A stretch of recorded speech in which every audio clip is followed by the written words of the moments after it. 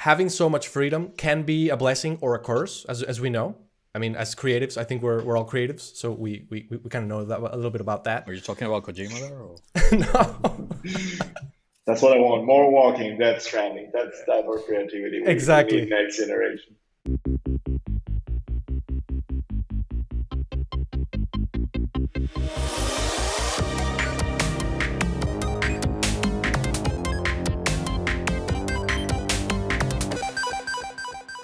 Hello, everybody. Welcome to episode number 44 of NGPC, New Game Pluscast. I'm sitting here with two amazingly handsome bearded fellows. I don't have a beard, so I can't really join that club, but I'm sitting here with my normal co-host, John Gantis. How are you, John?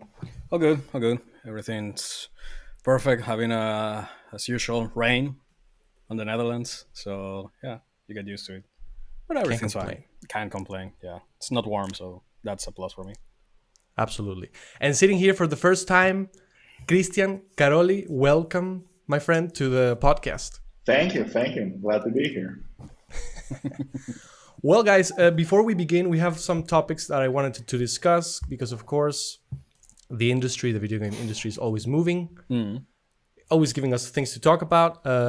But before we do that, I would love to hear a little bit more about Cristian, about our beloved guest. We would love to know a little bit more about a little bit more about you, a little bit more about your gaming background, so that we can know you better and see maybe where we could field some questions over here or over there. So yeah, let us know about that. Sure. Well, I was a game developer for quite a couple of years, I would say. I'm roughly what's around for 6 years, something like that. Mostly mobile gaming, and my background is kind of like computer science and as well as filmmaking. I studied that too. And let's just say that computer science pays the bills, and filmmaking does for like really good small time. And right now, after 6 years, and I decided to shift like back into just kind of like software development and doing. And right now, I've been working on the past year on my podcast and newsletters called Hammer Space. If you want to check it out, the URL is hammerspacepodcast.com. Feel free to subscribe. And yeah, I'm usually there, speaking my mind every week. Absolutely. We will also, of course, put the links to everything in the description, so you will have that in the future. Yeah. When this is published. The typical, all the links will be down there, guys. So exactly. You can check everything. Okay, so let's get into the news first. I don't think we have much to say about this, although I kind of foresee what everybody's going to think about our first item on the list, which is that the Nintendo Switch got announced an OLED model. For a lot of months now, there's been like all this talk about a Switch Pro, and is it coming, is it not? It wasn't coming for E3, of course that went by, and it wasn't announced. So everybody's kind of on the expectation that that's going to come and that it's going to have maybe some 4K capabilities and all that stuff. Not only because people are wanting that, but also because there were numerous reports from industry insiders, of course, people who have friends in the industry that can't really keep their mouths shut, like Jeff Grubb and other people. But there was like a very serious Bloomberg report, which is, a respectable site, that did say that it was going to have some 4K capabilities. Of course, we had the announcement yesterday, and it was confirmed that we don't have as much as that. But I'm going to just list a little bit the description of the OLED model, what differences it has from the normal model, and then we can kind of just take it from there. So it's going to be priced at $349.99. It's going to have a 7-inch OLED display. It's going to have 64 gigabytes of internal storage, an Ethernet port included within the dock. Now you don't have to buy the adapter, the USB adapter for that. It's going to have an adjustable stand, which is something that I'm guessing a lot of us that have the Switch know that the one that is there now sucks. It always falls on its side. It's going to release on October 8th alongside with Metroid Dread. And as I said, it's not going to have any new capabilities as far as resolution goes, graphics or anything. It's going to be 720p on handheld mode, and then when you dock it, it's going to be 1080p, just like the one we have now. So I would love to hear what you guys think. Let's start with our guest, Cristian. What do you think about this? Are you excited?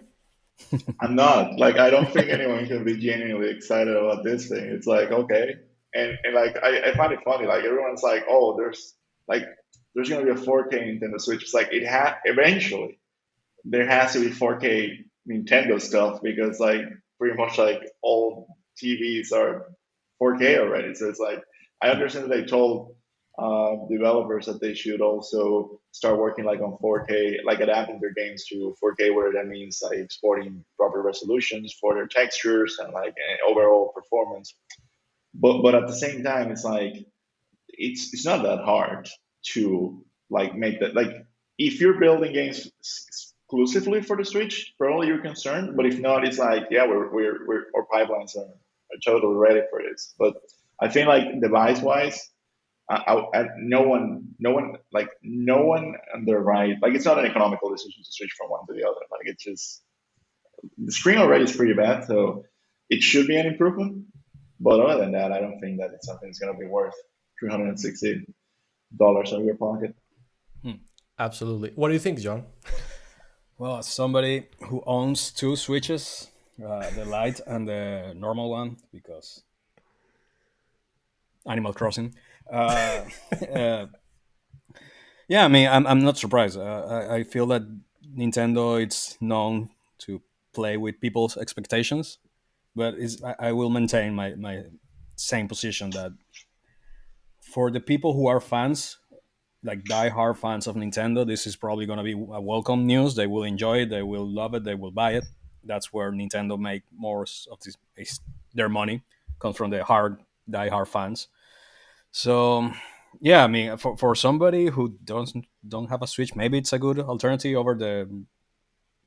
Well, I think the original Switch is not available anymore. You have like a upgraded version that they put out a couple of Oh years yeah, ago. the one that had the different box and that has a little bit more battery power because they changed something within the graphics cards, I think. Yeah, But yeah, some bullshit like that. So you can have that, and now this one has, it saves you money if you are really into playing online. Which I don't know what Mario Kart, Smash Brothers. I don't know. First of all, I feel Nintendo should work on their you know chat platform, like actually, or I don't know, maybe now that they're really good friends with Microsoft, maybe integrate Skype into their system, which Sky sucks, but something to like work on that, and then maybe it's will be a better thing to have this new Switch with the Ethernet port and the whole shebang.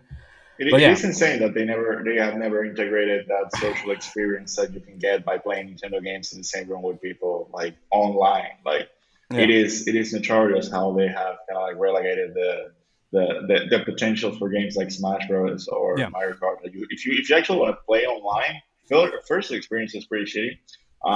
It's technically weird. Like mm, I had to change like my DNS mm, servers like in the URLs in the Nintendo Switch in order to bypass kind of like my Vodafone modem. Like I couldn't play Smash online, and it was like I don't know. Like I think that overall, like no one's buying a Nintendo Switch to play online. So the fact that they added a Ethernet board, yeah, it's kind of like beyond me. Like it's the bare minimum. Like they were like, oh, by the way, we had this idea at the beginning. Now we're making it yeah. with this. But it And goes, yeah.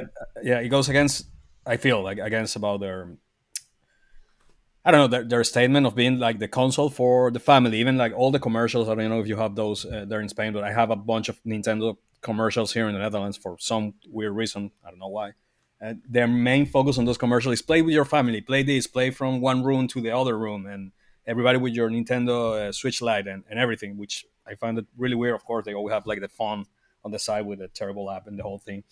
But yeah, for a console or a company that prides themselves, I guess, but the whole co-op thing and family playing and all of this, the fact that that they really neglected this. Yeah, it's perfect for couch co-op, but yeah, I mean nowadays, how many people can actually play couch co-op? yeah, So yeah, I just found it a bit weird. I mean, good for them. I know it's probably going to be a success. A lot of people will buy it. I know people will do it. It all happens with Nintendo stuff. So yeah, but yeah. honestly, it's It's kind of a disappointment, and it shows you that Nintendo is not really that interested in really be a third-party console as well. Like, give some tools to other companies or developers to actually put their games there. because a lot of people were expecting the Nintendo Switch Pro just to like be able to play, I don't know, Apex Legends or all of these battle royales and all of this stuff in a really good quality on the move. So I think it's a really big missed opportunity there. Totally. But yeah, Totally. I mean, good for them. Actually, I think it looks cool. It's white, so it looks like a PlayStation, so that's fine. But that's It mainly like, matches. It yeah. matches a huge monster under your TV.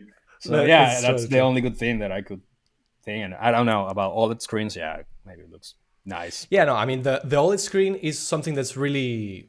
I mean the OLED screen, for example, in the Vita, I had a Vita for like a year and then I sold it. But the screen was really amazing, and OLED technology in screens in displays, it's very exciting. I mean, for me that's the only part that is exciting, but it's not exciting enough for me to go and get a new one just for that. I mean, it's incredible to me how Nintendo innovates in how to disappoint me time and again. Like this was really, really, really horrible. And like you both said, the integration of the Ethernet is something that's kind of like a. I mean, Who if wants you, this? Who needs yeah, it? who needs it?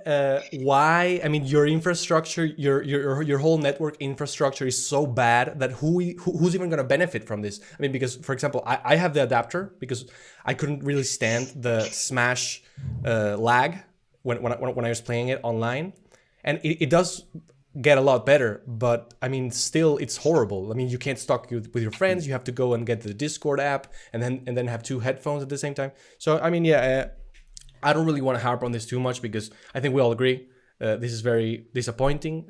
I was considering on maybe getting this if it had the 1080p thing on the handheld, and then when I found out that it didn't, I was like, okay, no fucking way, like no. yeah, I mean, if your Switch breaks and you really want to have a new Switch, okay, get it. Yeah. But no, and I think it's the same price as the regular Switch. No, It's a bit more expensive, a right? bit more expensive. $50 more expensive. Yeah, I mean, it's not a the big difference, screen, but but it is a deal breaker. Like there's no reason to get the old one anymore. Like the $50 will definitely be worth it because Yeah. the original screen is pretty bad. Like there's no excuse for that device to be worse than your phone's screen. Like there's no excuse. Like even the yeah, technology wise, the Vita was already there, although it was more expensive and whatnot. But it's not like they were like at doing like the bare minimum. Like even back then, it was like, well, the screen seems like kind of like an MVP approach. Like this is like the minimum that you should expect from a screen. yeah. And you notice the drop in quality when you go from docked to handheld. So this is I think this is good. But I also think that maybe what we're seeing from Nintendo is they're going to do like a more incremental approach on their hardware, and probably it's not going to be like, hey, this is the new Switch Pro, and it's a complete new experience. But like kind of like an iPhone, like, hey, if you get it this year, this is kind of like what you get, and if you get it next year, then we'll add more stuff, and that way. And our crappy games will always be able to run and be optimized on each of these devices. And by the way, when I say crap, I mean like they're not God of War like Horizon. Like you could run them on an Android. It's just that Yeah. they don't ship them in those platforms. And you have Xbox xCloud that it's coming as well now. So unless you are really into Nintendo games, pretty much Microsoft took that market. I feel like now you can run any totally game agree. that you want on your iPhone. Even like you don't even need to have a Microsoft hardware. You can play it anywhere. So yeah, it's pretty much like you can have your iPhone with your OLED screen and all those things that the Switch brings, the new Switch, the not Pro Switch. So yeah, it's weird. I do feel like Nintendo is again focusing on their people. Like they know they have a really loyal die-hard fans that will buy anything that they put out, and they are relying on these people. That's how I feel about They're Nintendo. still making the first party games that they're making are solid enough that you would say, I'll buy a console for these games. I think that every game that they have made and that I have exclusively played on the Switch, it's like I don't look back and be like, what did I buy this crap? It's like I have like 6 games and I played the shit out of all of them, so it's like I'm happy. Yeah, Yeah, that's totally true. A complaint that I just saw on this is like I didn't know, but apparently Hyrule Warriors was a really big success for Nintendo, and a lot of people were complaining in the comments about this. that that game cannot reach a stable 30 FPS. It's It can't. insane. Being You can't, dude. but then you don't bring a hardware that can actually give you the minimum of that. You just give me a version. They don't Yeah, care. it's weird. Yeah, You Yeah. can they don't still care about go. that. Like, It's the same thing like when you go into the forest to pick up the sword. It's just like oh yeah, it drops to like Mhm. I don't remember the name of the forest, but like it just when you get the master sword, like yeah, it drops, and it's it's been at insane. 20 FPS since launch, and they never fixed it. Like, hey, let's optimize this a bit. Let's switch this. Let's no, they were like, fuck it. You walk in here and then it just overheats. Yeah. That's the game. Yeah, And you get a slideshow like. Oh yeah. have you seen the videos of Breath of the Wild running on the Wii U emulator at 60 FPS, like 60 FPS and 4K? I've No. seen something. Yeah, Yeah, It I looks have. fucking insane. It looks insane. it I is. love it. But one day, hopefully, like one day, we'll just get there and we won't even notice. Like, oh, look how Yeah, good it no, is. we're definitely gonna get there, but we're gonna get there when the rest of the world is in 16K, and then they're gonna be, oh, we have 4K now. That's gonna be what's happening. Exactly. But the funny Fucking- part is that they will still sell, and people Yeah. will still buy it, and they will make a profit out of it. I assure you, when the next Zelda Breath of the Wild 2, whatever it's called, comes out next year, if it comes out next year, they're gonna sell a shit ton of Nintendo Switch again. Yeah, for sure. And that increment of €50 probably will be translated into I don't know, a bajillion in earnings. Out of that. Let's also remember this is the same company that released a console that no one bought, which is a Wii U. So Yes. so it's like I mean they can also fuck up. So Well, Oh, we yeah, have here, absolutely. the only person who buy all the consoles that nobody else buys is Juan. Like, he has a Vita, he has a Wii U, and he has all the consoles that nobody else wants. He has them. So. No, but I mean, to be fair, I traded it in when I bought the Switch. So yeah, but I did get it. Yes, I did get it. I mean poor Beta misunderstood. Well, boys, let's continue because I didn't want to stay on that point too long. We have this new update where PS Now, that is for all intents and purposes the competition to Xbox Game Pass. It is PlayStation's streaming / catalog service, kind of Netflix styled subscription service. It has been very lacking in comparison to Xbox Game Pass, and I would say it still is, but I think it's kind of stepping up its game. And with its games for July that are Red Dead Redemption 2, Nioh 2, Judgment, God of War, and then we have other not such big titles with like Moving Out, NASCAR, Heat 5, and Olympic Games Tokyo 2020. But I think we can all agree that the main here are those four that I mentioned in the beginning. So I would just love to know from you guys. I mean, I think that it's good to see PlayStation step up its game because their competition right now is very fierce and very aggressive.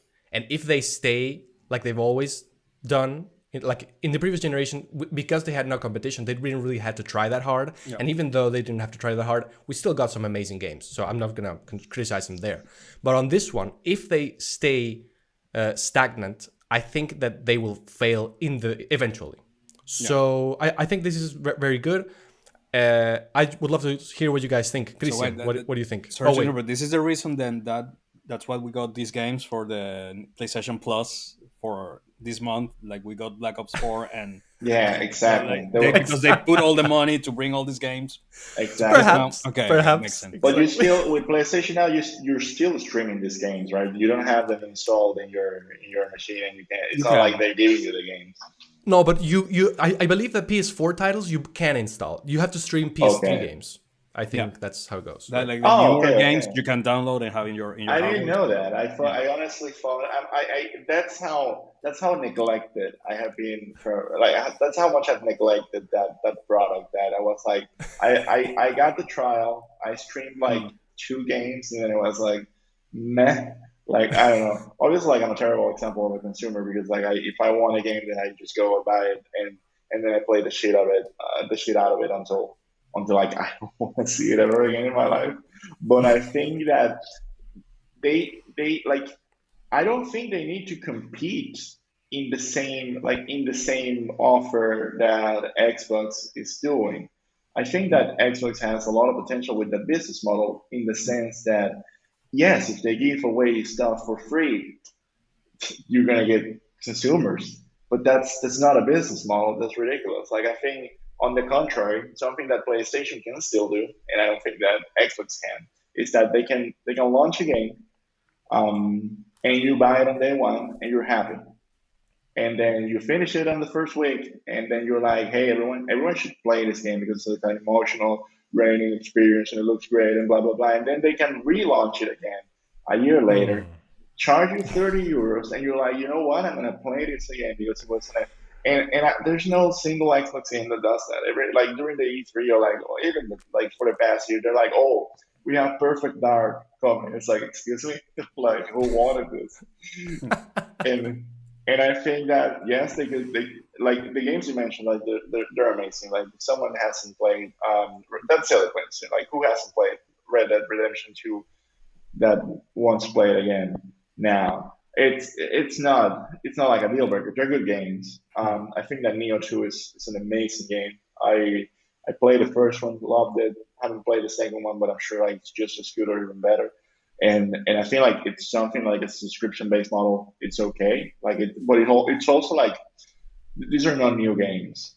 Like Yep. it's I could and they're single player games for the most part. Like at least the core of the experience in Red Dead Redemption. So if you can buy them secondhand and then you don't pay the 10 euros a month, then you just Totally. That's pay 20 and then you own the game, and then you sell it again if you don't like it. So that's the thing. I don't think this is a business model. I think this is just a market strategy. That's what I see. Like it's the real issue here. Yeah. okay. That's a valid point. I mean, I think I disagree a little bit in the I mean, no, I don't disagree with everything you said. I think that the fact that these are old games is really telling. I mean, even though Red Dead Redemption is a huge title and like having that contract probably cost them several million Oh dollars, yeah. of course. Yeah, of course. Uh, Okay. But exactly. But yeah, you're totally right. I mean, this is not a new game. Everybody who was dying to play this game has played it in the 3 years that it's been out. 3 years, a long time. Yeah, 3 years. Uh, They actually had a so pandemic to sit through where you're like, okay, you really have all the time. exactly, and also you had a pandemic where for months it was on Game Pass. So if you hadn't played it, you maybe played it there. So I mean, it's been all over the place. But yeah, I think that. So back to the whole subscription thing, I think that the strategy that Xbox is doing right now is kind of, I don't know if you've seen have you seen Patriot Act in Netflix with Hassan Minaj?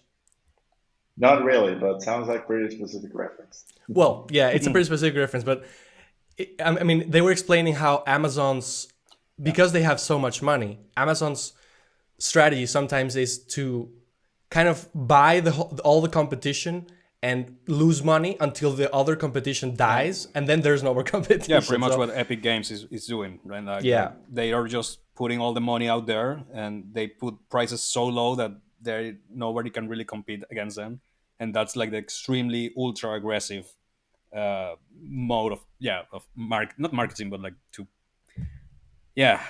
let's call It it is marketing because yeah, you're defeating the competition. It's not a consumer driven strategy. no, I mean, because it's the same thing. Like another example that is even more straightforward. It's like Uber Eats when they sell you the promotions. They're like, okay, you don't have to pay for the food. The restaurant doesn't have to pay for the food. Like we're just feeding you for free because we don't want you to order somewhere else, and exactly. we want you to like have us as a first option. So they're yeah, buying they're buying themselves into the market.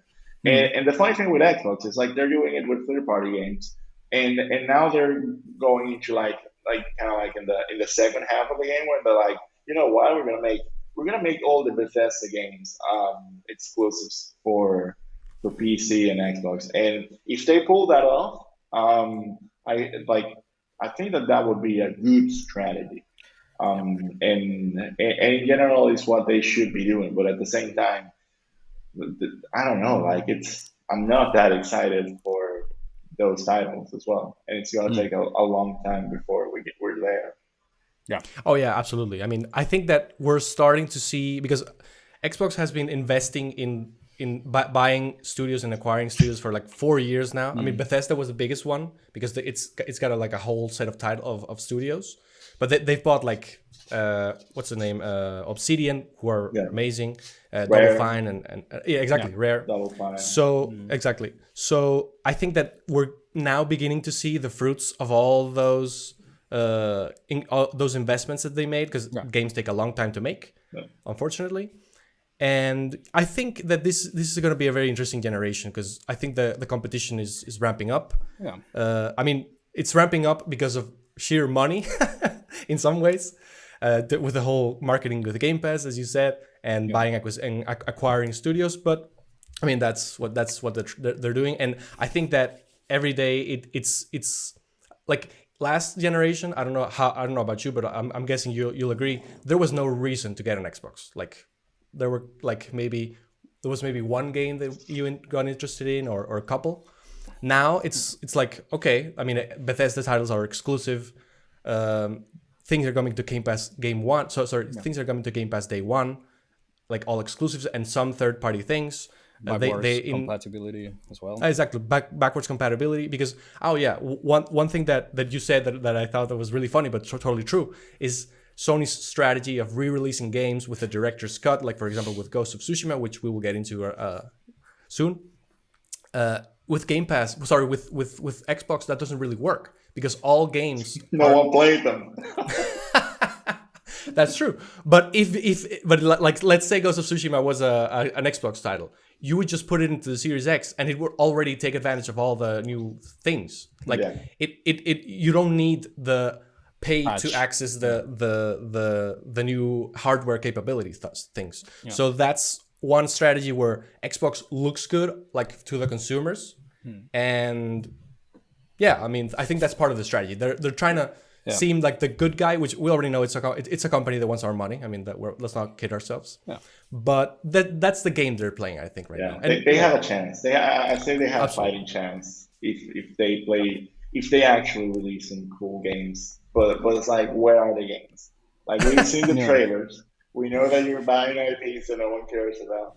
We know that there's another Halo on the way. But like, come on, like really, we really need them. If you're actually going to spend, like, first, if you're actually going to try to find a Series X, then it's like, what's in it for me? Like, I think that I was telling a friend the other day, like, it's already a good time to get a PS5 if you can find it. Like, I think that some of the remasters or upgrades are really cool, and they change the experience, especially with the loading times.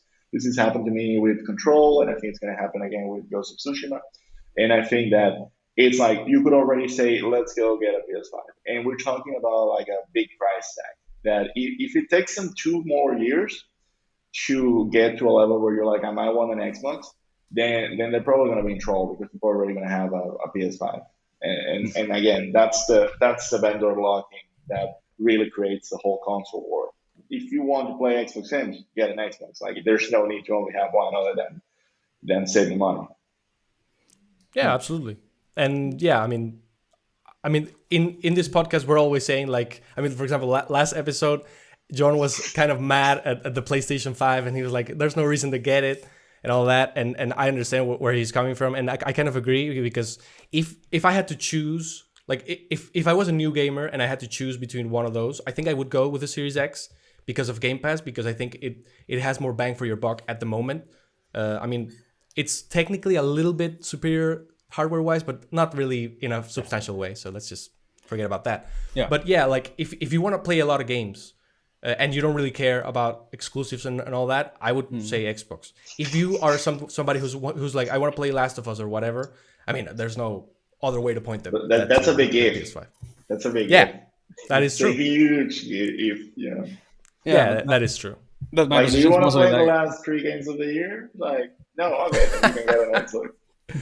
No, I see what you're saying, but like, in terms of like how, like, all the games that are coming day one, it's really overwhelming. And the sheer amount that you get, like, if you're a person who really plays a ton of games, Xbox Game Pass is really a good thing. You know, just I don't need to spend money to, like, for example, a game that I was really hyped not hype because I'm against that anymore, but I was really expecting was Dark Alliance, the Dungeons and Dragons Dark Alliance, and I was really like hyped, like, oh wow, that looks like a really fun game, like a, like a little entrance plate before Back for Blood gets released, and I was like, yeah, let's go. And then I saw all the reviews and all the things. It was a shame, but people who had an Xbox could play this game day one with their subscription, so they didn't have to risk, buying this game and then go through all that. We know Sony don't refund things easily. No, I've unless been the there game several times. literally doesn't run. Exactly. So yeah, that's for me that's a plus. And the other part is like all of the big titles from Sony, like the big exclusive, except Ratchet and Clank and Returnal, like they're coming to PS4 Pro. If you have a PS4 Pro, you can still play those games. So that's why I feel maybe an Xbox it's a bit more worth it. Like if you really don't care about performance and frames per second, all that stuff, PlayStation 4 Pro still is a good option to play these games, and it's probably how I'm gonna play those games when they come out. Because as a long time, like a long time PlayStation fanboy, pretty much having all the PlayStations, now is the first time that I'm considering getting an Xbox over a PS5, just because the sheer amount of content that I can get for 10 euros per month. I don't know how much, 15 euros. Yeah, 10. Yeah, the There are basic different. There are different tiers. Yeah, exactly. but I mean, if I pay this, yeah, it's a bit more per year. But in the end, it's like I can have, I don't know, 100 games for the cost of two mainstream games that comes out, like 120 euros. So Yeah, I can have 100%. all this. And yeah, about PlayStation Now, I try it. I subscribed for it, and actually I got my money back when I decided to cancel. So thank you, Sony. That's the first time that you have given me money back. But I mostly got it because I wanted to play. The only two games that I play were the Force Unleashed, Star Wars Force Unleashed, and at the time I was thinking, I was like, for me, it's more worth it to actually go out and buy a secondhand PS3 and get this game and all these all games that I wanted to play and have that there than paying PlayStation Now. I do think if they really grabbed PlayStation Now and made it a big platform, meaning you put PlayStation Plus into it, like you have the online playing into PlayStation Now, plus you release your first party games, like your exclusive. Like imagine if you say, yeah, we're gonna release God of War, Horizon, and all of this stuff day one on PlayStation Now. Uh, that I mean, made by your own studios, it's made by your own people. Why would you do They that? Like, could because you will lose money. Like they Yeah, already have the market. Like yeah, I'm buying God of War day one when it comes yeah. out. yeah. Like But I it's wouldn't, I Shadow wouldn't mind Quest. paying. I don't know how much PS Now is, like 50 euros or something like that, plus the 60 euros that you need to pay for PS Plus. Like if you just charge me 100 euros per year and you give me all of this and you give me your exclusive, I will gladly pay that. Like honestly, That is about business model that you could mm, if you crunch the numbers and it actually profits from that, then it's like let's go. But I yeah, think that it's the same thing that Nintendo does. Say if you still want to buy Breath of the Wild, it's still 50 euros, yeah, and it's not dropping. Like that's the price. It's like this is how much a cartridge for Nintendo Switch is worth, and mm, that's the business model. I think that we could get used to Xbox having this business model, but we have to remind ourselves that they're like I think it's like the third or fourth biggest corporation in the world. They're using the yeah, money that they're getting from somewhere else yeah. into this specific segment. So I don't know if that's sustainable or profitable for them. And if that's not the case, eventually they're gonna like have to like close the gauge and be Yeah. like, okay, who is gonna get the bad end of this? Is it the studios? Is it the developers? Like, Yeah. are the consumers finally going to be able to? Mm, Because that would be what concerns me. That you're paying that money and then suddenly it's not worth it. And it's like, yeah, mm, like Yeah, I that could perfectly happen. They could be like one day, like, you know why we have like 4 tiers, and then we have this one Red Dead Redemption 3 in 5 years, and you're gonna need to have like a special golden subscription and stuff like that. And then mm. it just, and then you're just like, oh, Yeah, but I do think yeah. that will take at least one generation because yeah, at Microsoft, I don't think it's a company that will even they're losing money with this business model. Still, Microsoft makes shit. I don't know how much money. Like I read that they sold some prototype to the U.S. Army for like ten Oh billion yeah. dollars already. So like they yeah, already recovered all the investment on Bethesda games. Like and and a bit extra. So they never gonna like. Of course, I Sony hope they cannot don't compete put. with that. I hope they don't put Bethesda Studio to do like U.S. Army software Oh because man, otherwise, yeah. I mean, it would be otherwise, all man, the things bugging out and like all the jets flying out because they got a exactly. bug and We're losing that Imagine war. like people doing VATs in the war or doing shitty like sword combat. Like, oh my god. Exactly. yeah, yeah. That's. No But yeah, I mean, precision. I do think they will leave all of this during this whole generation just to see how much they can bring people into their platform, into their ecosystem. Which I do think Microsoft is trying, or Xbox is trying to take over the gaming industry.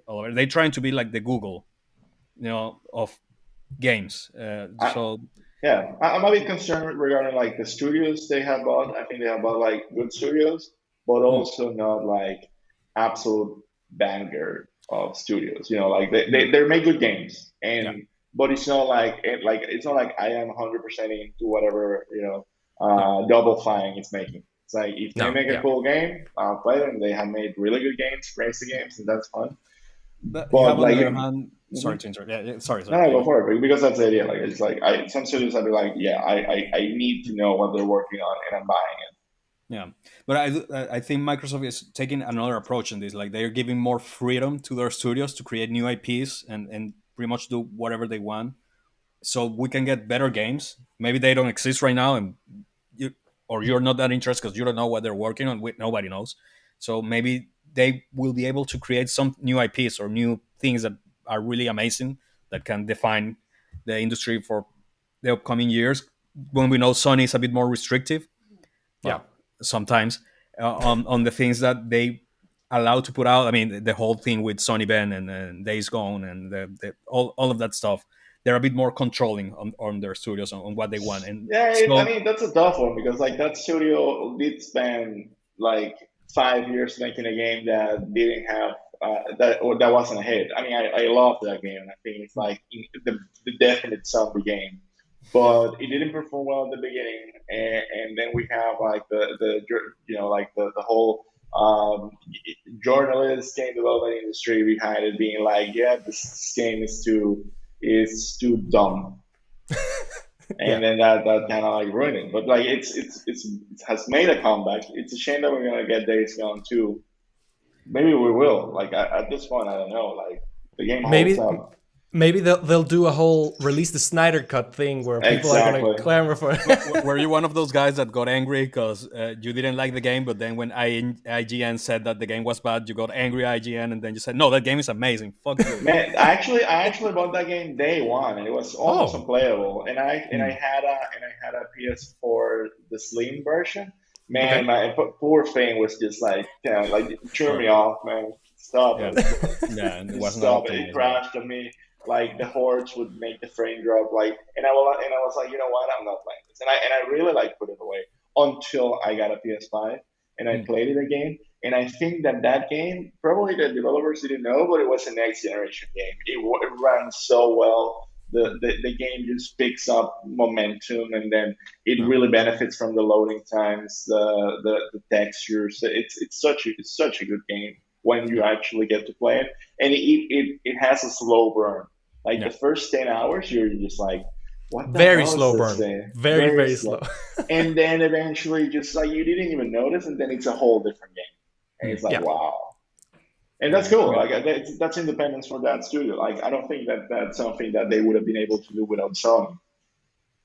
Yeah, No, totally. yeah, totally. But yeah, I think that coming back to John's point, I do believe that for better or for worse, because that having as a developer or as a studio or however you want to call it, having so much freedom can be a blessing or a curse, as we know.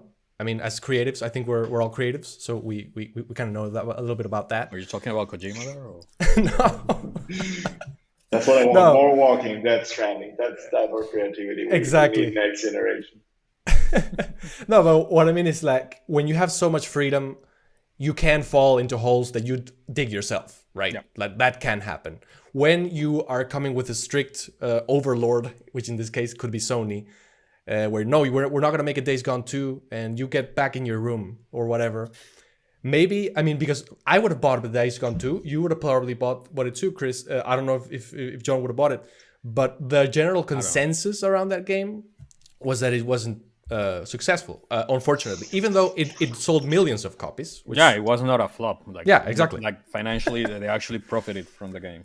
But I mean, but I think God of War or something like that. But the thing is, like those first party studios, I think that what Sony envisions from them is that they are transforming, they are emergent, they really define the discourse around games. Like games like God of War, it's like, okay, now we have to rethink brawlers, or games like Demon Souls. It's like, okay, now we need to rethink how we're going to remaster old games and stuff like that.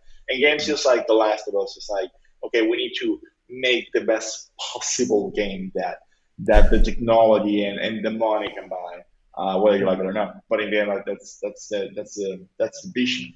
And I don't think that's the case with Days Gone. I think if you like zombies, you like open world games, and you're willing to give it a go, it could be like a game of the year for a lot of people, including myself. But then I would perfectly understand someone being like, "This is dumb. I don't like this guy." Or like, why are they bikers on the apocalypse? Or like, why don't they say zombies? when you think about it, it actually makes no sense because the bikes are so loud. Exactly. Why are no cars here or a bicycle? Like, why everyone is riding a bike? And then they're like, oh, because roads are blocked. It's like, what? It's I mean, it's kind of stupid, but I kind of do the suspension of disbelief where you're like, okay, let's just do this. It's a game. I mean, exactly. But it's like, but you don't have to, like, that's the thing. You don't have to like overthink it to be like, how does the economy work? No, it's just like the moment you're like, why everyone on a bike? Like, why don't you call them zombies? Like, there's like no one says the word zombie. They call them freakers, and it's like, it's so weird. And that puts you off. Like, it's not like suspension of disbelief, which is there, and like they really it's a really good story, but it's a game that it also doesn't have like that layer of finish that God of War has. Like, the transition between cutscenes are just very, very off-putting, and they were incredibly off-putting with the loading times on PS4. So it doesn't look as refined as a game as well. So I understand Sony being like, this is not necessarily what we envision as first-party games, because we need them to, like what you were saying, like they need to convince people that if you want to get a PlayStation, is to buy PlayStation games. And I think that Xbox right now is like, if you want to play games, buy the Game Pass and buy or hardware. But the PlayStation games have to be there. Like, there is a Spider-Man game that is exclusive to PlayStation, which doesn't make any absolute doesn't make any sense at all. Like, why is Spider-Man on PlayStation? Like, what the hell? And then it's there, and that's it. And it's amazing. Yeah, it's one of the best superhero games ever. Although it's kind of like a ripoff of every Batman game that was before, but it's a Spider-Man game. Yeah, absolutely. No, yeah, I think we totally agree. The fact that, I mean, Game Pass is cool value, but PlayStation exclusives are individually 100% better in terms of quality. I think we can all agree on that. Yeah. Okay, boys, let's continue on our journey here. We kind of touched upon it a little bit, but I would love to get back on this just to get your guys' opinion. And let's just talk about this. Ghost of Tsushima Director's Cut. Chris already mentioned about, like Sony's strategy being like, release a really cool game, wait a little year, stay silent, and then release it again, charge $70 for it. Or in my case, I paid $60 and then I will have to pay $30, so I will pay $90 for this game. So yeah. Okay. So Ghost of Tsushima Director's Cut includes the following features: PS5 features, which of course are only available for PS5 users, dynamic 4K resolution, targeting 60 FPS, haptic feedback, adaptive triggers, enhancements to 3D audio. It would also have Japanese lip sync. That you could argue that this should have been there in the beginning, but it is not. Iki Island expansion, which of course is the most dramatic change, the best thing like in terms of content. Legends co-op mode, which I was a little bit surprised that they put this as a selling point, because that's for free and it's already there for all Ghost of Tsushima owners. But we'll talk about that a little later. And then there's going to be a free patch including combat lock-on that a lot of people complained about. New accessibility options, which of course are always welcome, whether we need them or not. PS5 version will be 70, of course. PS4 version will be 60. And then here's where it gets a little tricky. So upgrades from the PS4 base game to the PS4 Director's Cut will be $19. So this will include everything that I just mentioned, except, of course, the PS5 features. If you want to upgrade from the PS4 base game Director's Cut, which means you already have the Director's Cut in PS4, to the PS5, you have to pay $10. And if you're like me and you have the PS4 base game and you want to upgrade the full thing with the PS5 features and the new content, it's going to be $30. And if you paid, because I already paid for upgrading from PS4 to PS5, if I remember correctly. So I'm not sure if there's, I mean, marketing wise, I think it's kind of like a pain in the ass trying to figure out the table, like how much money is it going to take. Absolutely, yeah, because I think you're right. They did release a free patch that kind of enables 60 FPS on PS5. Well, was it free? I do remember paying for that. Kind of like a PS5 upgrade. Oh, but how much did you remember how much you paid? I remember, I think it was 10 euro. Huh. I think it was a 10 euro patch. I thought that's if that is true, then this is much worse than I thought. But okay. I could be wrong in the sense that I bought the wrong thing or something like that. Like I would have to like double check, but I do remember like paying for it, and then in the end, like, what's it like? Do I need this? Okay. Because I played on the PS4. That's interesting. I mean, officially, these are the numbers that I know of, and I think that I'm gonna start this one because you guys have spoken enough. No, I'm just kidding. So, of course, charging for an expansion is obvious. I mean, we don't really know how long the expansion is going to be. So I think the $19 that they're charging to get all that content could be well worth it. I mean, we don't really know that for sure, but I think that that's a decent enough price for an expansion. Considering, for example, I mean, I wouldn't consider Miles Morales an expansion because I think that is its own game. And that was priced at $50, $60 if you bought it on PS5, exactly. So this, I mean, as I said, we don't really know the size, but I think that is not the part that worries me. The part that worries me is charging people for PS5 features. Because not only do we have on the PS4/PS5 free patches, like for example, Borderlands, I recently downloaded it. It has a PS5 version that runs really well, 4K 60 FPS. And then I think it also has 1080p, 120 FPS. And well, yeah, I mean, EA gave us a free version for the PS5 version of Jedi Fallen Order, which is a really great game. And whether you had the disc or not, you had that version available to you, which I thought was really cool. So for them to come out here and say, hey, we have this expansion and we're charging $20 for it. And yeah, of course, $10 for the PS5 version, but yeah, no, the expansion. I mean, this is what you're paying for, and that's not true. I mean, you're like 1/3 of what you're paying for if you pay the $30 is just to make it run on PS5. So, what do you guys think about this? Let's start with John this time. Oh, wow. Okay. I'm a bit conflicted about this for mostly personal reasons. I do really, really love that game. For me, Ghost of Tsushima was the game of the year over Last of Us 2 and everything. Like, I really, really, really love that game. And the fact that they gave us an amazing online multiplayer mode for free was insane. And it's a great, actually, if you haven't played, whoever is listening to this, go download it, play it. It's worth it. It's really good. So, yeah, I'm a bit conflicted. Okay, Sucker Punch. Let's talk Sucker Punch. I'm not gonna bring Sony into the mix right now. Sucker Punch have given us a lot, so I kind of feel inclined to give money to them, or to keep supporting this because I really think they're a really good studio and put out a really cool new IP. But on the other hand, you shouldn't pay for upgrades. You already paid for the console, so you should get all the features included for free with the thing. That's how I feel about it. Also, sorry to interrupt you. There's kind of an asterisk here that I also wanted to add. I know that I'm slowly but surely becoming the annoying Xbox fanboy here, even though I don't think I am that. But Xbox, like all the upgrades, if it has Yeah, smart they're delivery included. on it, it's Yeah. already upgraded for I mean, not only for free but like automatically.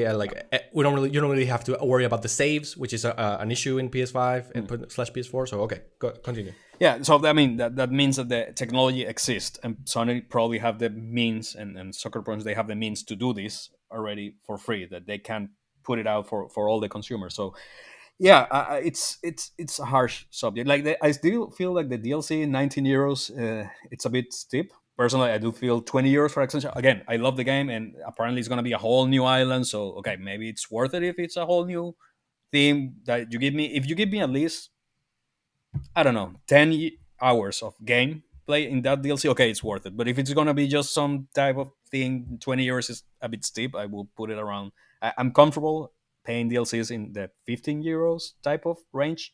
But yeah, if you give me an experience of 10 hours with a different type of like their own storylines, okay, it's worth it.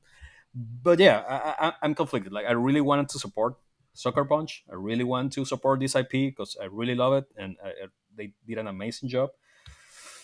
But I don't want to keep feeding Sony doing these type of things. Like they should give the people with a PS5 all the features already for free. Like give it to them. Like why you're making this an extra wall of paying for? Yeah, I mean maybe it's a bit more complicated on the PS5 because you have the dual sense with all the haptic things, and I'm not a developer. I don't know. Maybe that brings a new layer of things that you need to work on your game to make it function. So that requires more time, more work on into it. So okay, could be, but still, it's really a reason to bring this extra cost. I don't know. I'm yeah. Again, I'm conflicted. I don't know. I don't know how I feel about it. Honestly, like you know. I think that this game should be kind of like the PS5 version of the of Ghost of Tsushima. Like if you get the PS5 box, then you should get all the things that we have discussed because you Yeah, need like an a game of the incentive. year type of. Yeah, like you know the Yeah. year thing. Like you need to get an incentive to actually get it. Now, Yeah. if they want to do like the retro compatibility thing, I think that there is a case to be made in order of like, okay, why like there's a lot of work how they bundled it, but they Mm. bundled it in a way that it makes sense. Like they have an expansion, so that has to be worth money. And and in today's market, where people are like, for I'm saying like people are like, for example, like the other day I paid 10 euro for a Thanos skin on Fortnite because I saw it and I was like, this is cool, and I was like, I want to do the fucking snap of Thanos and just like mop the floor with someone and snap them, and it was 10 euros. So it's like exactly it comes with Thanos and it does the thing, and then it's pretty cool. And it was 10 euros, and I was at any point I was thinking like Epic Games need my support. It was just like this is cool and I want to do it. So Mhm. it's I do have like that distortion of like value inside my head regarding like when Mm. paying for games. But I do think that they bundle it in a very smart way. But there has to be motivation for people to buy a PS5 because otherwise, why would I get a PS5? Yeah. And I think that's where Sony needs to like support their own platform.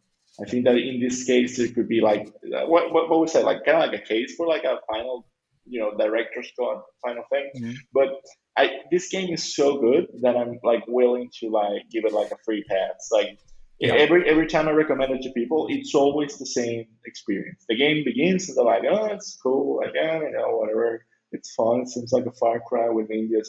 And then the second act hits, and everyone's like, I can't fucking believe what they're playing. Then they reach the third act, and they're like, this is a dramatic experience full of emergent gameplay and whatnot. And then it's just like, oh, wow, this is Yeah. great.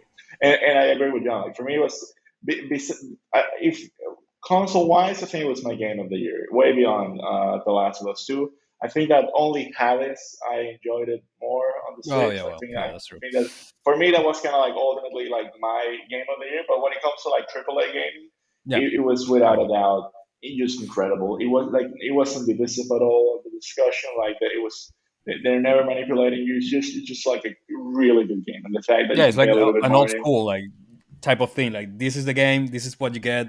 No drama. No political bullshit. Like no, no, no. You have a nice game. Decent. It's not an overly big open world. Like I'm a person. I don't know if you have watched or seen our other episode. I really have a conflicted feelings about open world games. I'm tired of them. I'm really annoyed about the side quest of go pick up the. I'm And the gonna use bloat, right? the Yeah, the question chicken marks, and the bring it to question the marks in the lady, map. and it's like, dude, I'm the freaking I don't know incarnation of a fucking god, and I need to bring you a chicken because you need the eggs. Like what? No. But Classic. yeah, No, this it's just they did insane. it It's a well. game. Yeah, It's a game that where you have like this open world thing that at the beginning you're like, oh, again, question marks on the map, and yeah, then suddenly, slowly but surely, there is a point where like this game is taking its time to show you that there were people that like you understand the life of Jin Sakai, and yeah, they even like, and you have like this whole segment with his granny that like, well, this yeah, it's like protective mother yeah. that kind of like like took care of him, and then showing Mhm. like he had a romance, and then she passes away next to him. It's like it's so emotional, and it's a Yeah. spoiler, sorry. And it's a really beautiful world. Like it's so well Yeah, constructed that I didn't have an issue just driving the horse and having to go all the way there to pick up the whatever the sword or I don't remember like the how you call those the Oh, the bandanas, band, the, the the headband, bands, the headbands. headbands. Yeah. headband. And I didn't because I actually enjoyed the road of going doing that because it's a really beautiful game and it was not. It's a really perfect balance. It's not like a Far Cry 5 that you have like 10,000 enemies all the time in your way Yeah. to one point to another. That you get attacked by everybody else. Like how many people live in fucking Montana? What the fuck is going on here? And no, it's a really good balance of action and the map is the perfect size. So yeah, it's a really well constructed. So that's why I'm conflicted. I'm And like, it's not greedy. Like if you want to get a platinum out of it, you can do it. Like and yeah, it's just contemplative. But it's if you not a don't, grind. Yeah, exactly, it's not a grinding sense. Like, oh, you have to get every single headband. The headbands are hitting. It's like you don't like headbands. Don't pick any headbands. so pick it. Just play your game, do your Yeah, missions, and you're gonna have a really good experience. If you're yeah, gonna chase every single fox, then here is this skill to find them and get your platinum. Like do do the whole game. And yeah. also it has this very contemplative moments and Kurosawa mode Yeah, and all these from yeah. extra flares that it's Mm, like I think that it's fair that they if they're gonna make an expansion, it's not just the expansion. It's like more add-ons and whatnot. yeah, So ultimately, I think that it's not a bad business model, but I definitely don't want to pay for day one patches. If they do the same thing, for example, Horizon Zero Dawn, and they're like, you have to pay €9 to unlock the frame rate, I'm gonna be like, then I'm not playing it. mm, That's not gonna make me like replay a game that yeah, I played like 4 years ago, especially if you're gonna ask me for €9. yeah. Yeah, Agree. absolutely. And I wouldn't be like kind of looking forward from this. I wouldn't be at all surprised if we had a Last of Us Part 2 director's cut, by the way. I No, mean, it's I think that all I think rage. that's gonna come. I Ah, think that I think no, I think they're gonna I think that they already did what they wanted, which was unlock it at 660 FPS. And what I don't know what's gonna happen, and I don't know if it's gonna be a flop or not. It's like the multiplayer, Yeah, like the how they're gonna factions. is factions really gonna come out? Like, is it gonna be different at all? Are people like gonna play that? Like, it's so weird because in my mind it's starting to feel like like what's the business model of that? Like, do mm, people want that? Mm, yeah, that is totally true. And Sony is really lacking in multiplayer first party titles. So I think they are probably really interested in having this. But I agree with you. Like oh man. being so far apart from the initial release of Last of Us Part 2 is like, where does this fit in within the context of the logic, right? Like I just don't. What's the gameplay? What's the catch? Like, it's just a battle royale. Like, are we gonna have like Last of Us battle royale? Like, it's. I mean, that could Imagine be that. cool. Yeah, could be cool. Yeah, I mean, I'm It over could everybody be, else. Like, or not. just made like the factions was called in the original one. Yeah, it You was have called the factions in the yeah, original. Hmm. that was pretty funny. It was like a deathmatch type of yeah, that was pretty cool. But it was just fun. Like it's not 2 years later. I want this fun. Yeah, Yeah, absolutely. unless it's the Mass Effect multiplayer mode that I really want. But Okay, so you mentioned Mass Effect, so that is a perfect segue into our next subject, which is what are we all playing, gentlemen? oh, And since you mentioned Mass Effect, I have to go to the man here, Chris, because he is playing Mass Effect Legendary Edition. So give us your Yeah, thoughts. What are you doing? it's Yes. amazing. I love that game. The fact that I can jump at it and still find it fresh. I mean, it's still clunky. The fighting is still clunky, but it was clunky back then. Like the things that used to Yep. be clunky, they're still clunky. But the things that are good, they're still even better because it has been so long since you could have this level of autonomy and decision making in a game that wow, it's just because you have things like The Witcher where you're like or like you actually you make choices and they have consequences. But here you make choices and then you perform genocide or like you justify slavery, and it's just so crazy and over the Yep. top. And for a long time, the first two games, like Mass Effect 2 was probably my favorite game for a long time. And the third one, I remember playing it and thinking that I'm disappointed with the ending, but I think that looking back to it, it was again kind of like ahead of its time because like you Yeah. shouldn't build a whole story around the ending, and they kind of did that. They kind of make a thing out of the ending, but the whole game is great, and I think that Yeah. playing this one, I feel like I don't know, like I'm role playing The Expanse or Star Wars or something like. I feel like there's so much to do. There's so much decision making. There's so many alternatives. The characters are so different one from another that I just it's just great, and it looks great. They just by changing the frame rate, just by refreshing the textures and some lighting techniques, the game looks just as new, Yep. which is great.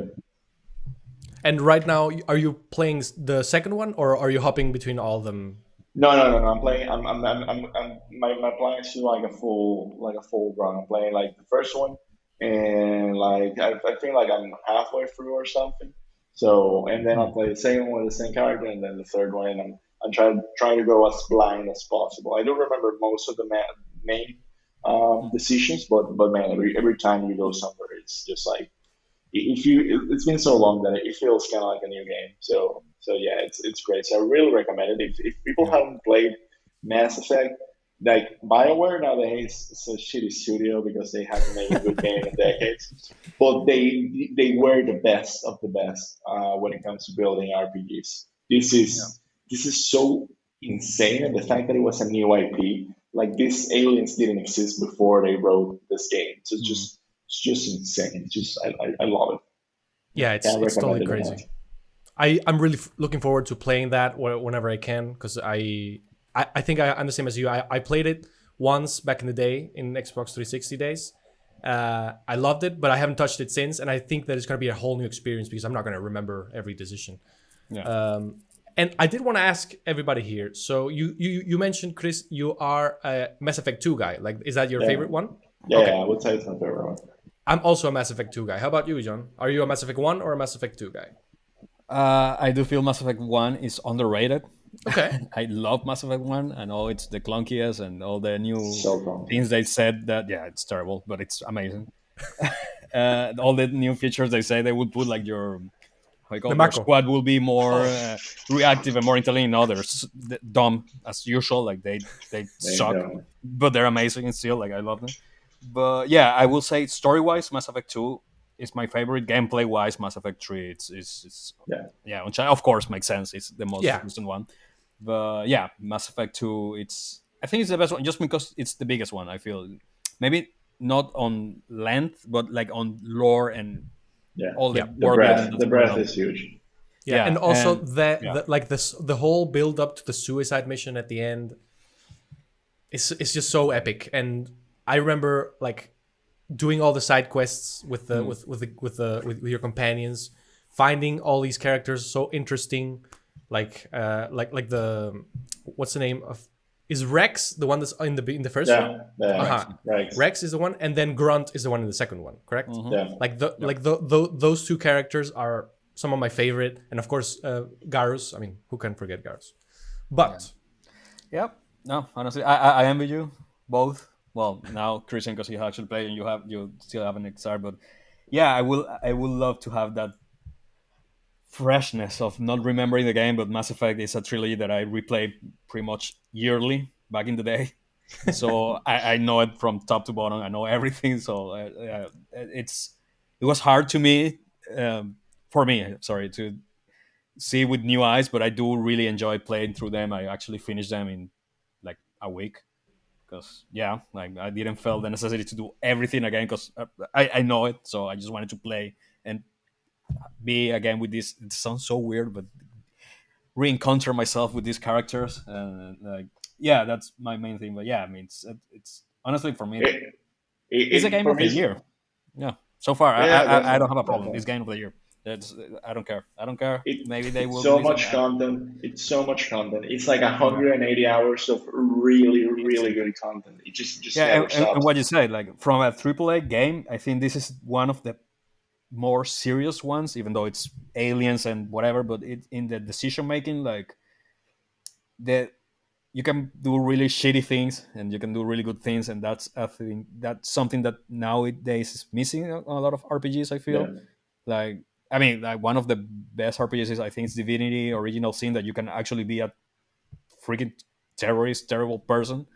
So okay, it's not a AAA game, but the fact that Mass Effect touch such delicate subjects sometimes it's amazing. It's a really mature game in that sense that it doesn't treat you as a dumb person with silly decisions like the type of Ubisoft or Assassin's Creed silly decisions that is the illusion that you're causing an effect. No, here you're actually causing something and you can see the effects on the progression of the story. So yeah, it it was has amazing. its moments. Like it has Yeah, like I don't know. Like the thing that makes it so good is like it has small moments like when you like punch a reporter that you're like, what the fuck is happening yeah, here, oh kind man, of thing. And then you also have like these huge set pieces where they are like cliffhangers and breakthroughs. I still remember like the second one where you're like they destroy the Normandy just when the game is starting, and you're like, what the hell is going on here? and And now you I'm just part of Cerberus when I just fight them in the first game all the time, and now I need to work with these people. Yeah, exactly. It's like, who's this elusive man? And then the way they drop information is just, it's not like, and now you have all of it. Because, like, like games like, for example, Horizon Zero Dawn, that they're focused on being like an open world game. They have specific times where they're going to be like, and now here's the information. But with Mass Effect, you're just like constantly learning through your own actions and your own choices.